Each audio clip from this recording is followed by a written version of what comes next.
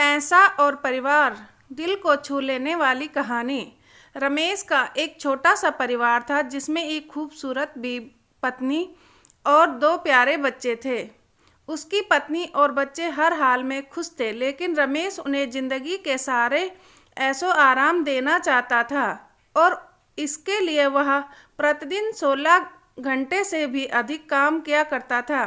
दिन भर ऑफिस में काम करने के साथ साथ वह सुबह और शाम ट्यूशन सेंटर में ट्यूशन भी पढ़ाया करता था। वह सुबह सुबह घर से निकल जाता और आधी रात के बाद घर लौटता था। बच्चों के लिए उसका चेहरा देखना मुहाल था, क्योंकि सुबह सवेरे उसके घर से निकलते समय बच्चे सोते रहते और देर रात घर में कदम रखने के पहले ही सो चुके होते। हाँ, रविवार को जरूर वह घर पर होता, लेकिन उस दिन भी वह किसी न किसी काम में व्यस्त रहता और उसका समय परिवार के साथ ना बीतकर काम करते हुए बीतता। परिवार उसके साथ कुछ टाइम बिताने का बस इंतजार करते रह जाता। पत्नी अक्सर उससे कहा करती कि उसे घर में वक्त बिताना चाहिए, बच्चे उसे बहुत मिस करते हैं। उस वक्त वह यही जवाब देता कि ये सब मैं उनके लिए ही तो कर रहा हूँ। बढ़ते घरेलू खर्च और स्कूल खर्च के लिए मेरा ज़्यादा काम करना ज़रूरी है। मैं उन्हें एक अच्छी ज़िंदगी देना चाहता हूँ। रमेश की यह दिनचर्या वर्षों जारी रही। वह यूं ही परिवार को अनदेखा कर कड़ी मेहनत करता रहा। इसका प्रतिफल भी उसे मिला। उसे पदोन्नति प्राप्त हुई, आकर्षक वेतन मिलने लगा। परिवार अब बड़े घर में रहने लगा। खाने पीने और अन्य सुविधाओं की उन्हें कोई कमी ना रह गई, लेकिन रमेश का यूं ही काम करना जारी रहा। वह अधिक से अधिक पैसा कमाना चाहता था। पत्नी पूछती कि आप पैसे के पीछे क्यों भाग रहे हैं? हमारे पास जो है हम उससे में खुश रह सकते हैं। तो उसका जवाब होता कि मैं तुम्हें और बच्चों को दुनिया की सारी खुशियां देना चाहता हूँ। बस कुछ साल और मुझे मेहनत करने दो। पत्नी चुप हो जाती। 2 साल और इन 2 सालों में रमेश मुश्किल से अपने परिवार के साथ समय बिता पाया। बच्चे अपने पिता को देखने, उससे बातें करने के लिए तरस गए। इस बीच एक दिन रमेश की किस्मत खुल गई। उसके दोस्त ने उसे अपने व्यवसाय में हिस्सेदारी की पेशकश की और इस तरह रमेश एक व्यवसाय बन गया। व्यवसाय अच्छा निकला और रमेश को पैसों की कोई कमी नहीं रह गई थी।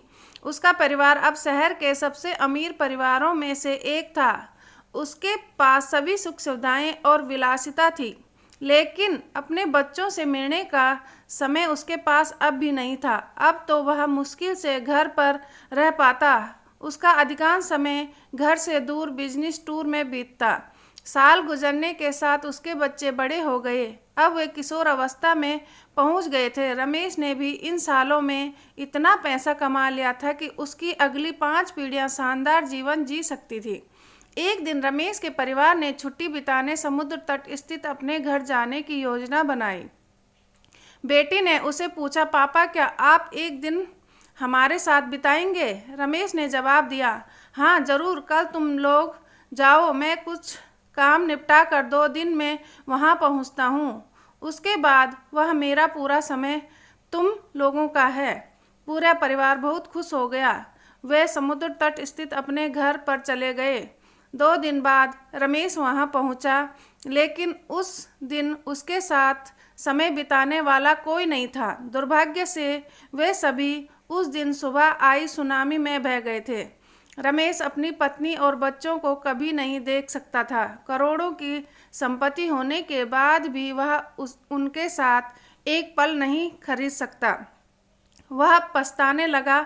पत्नी के कहे शब्द उसे याद आने लगे। आप पैसों के पीछे क्यों भाग रहे हैं? हमारे पास जो है हम उसमें खुश रह सकते हैं।